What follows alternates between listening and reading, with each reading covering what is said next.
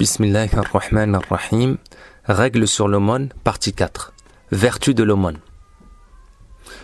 Dans la partie précédente, nous avons vu que le deuxième palier de la sincérité de l'intention consiste à se rappeler et réfléchir aux mérites et aux récompenses qu'Allah a liés à l'acte pieux visé, car cela augmente et renforce la sincérité, protège contre la lassitude si l'acte est à réaliser constamment, écarte le diable et ses insufflations et renouvelle sans arrêt le dynamisme. Mais malheureusement, beaucoup de serviteurs sincères passent à côté de cette deuxième étape, surtout quand il s'agit d'actes vertueux qu'ils accomplissent continuellement, voire au quotidien, et ne concrétisent alors que la première partie de la sincérité de l'intention.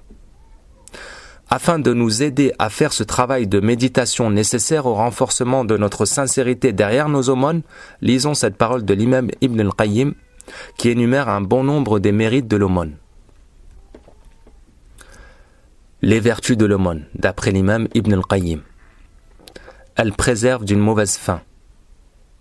Elle écarte l'épreuve difficile. Elle éteint le péché. Elle protège les biens.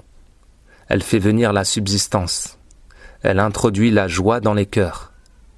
Elle engendre l'acte d'avoir confiance en Allah et d'avoir une bonne opinion de lui. Elle humilie le diable. Elle purifie les âmes et les éduque. Elle permet d'obtenir l'amour d'Allah et de ses créatures. Elle dissimule les défauts. Elle augmente le temps de vie. Elle appelle les invocations des autres en faveur de son donateur. Elle écarte le châtiment de la tombe. Elle procure de l'ombre au jour de la résurrection. Elle intercède auprès d'Allah en faveur de son donateur. Elle réduit l'intensité des difficultés et des tourments d'ici-bas et de l'au-delà.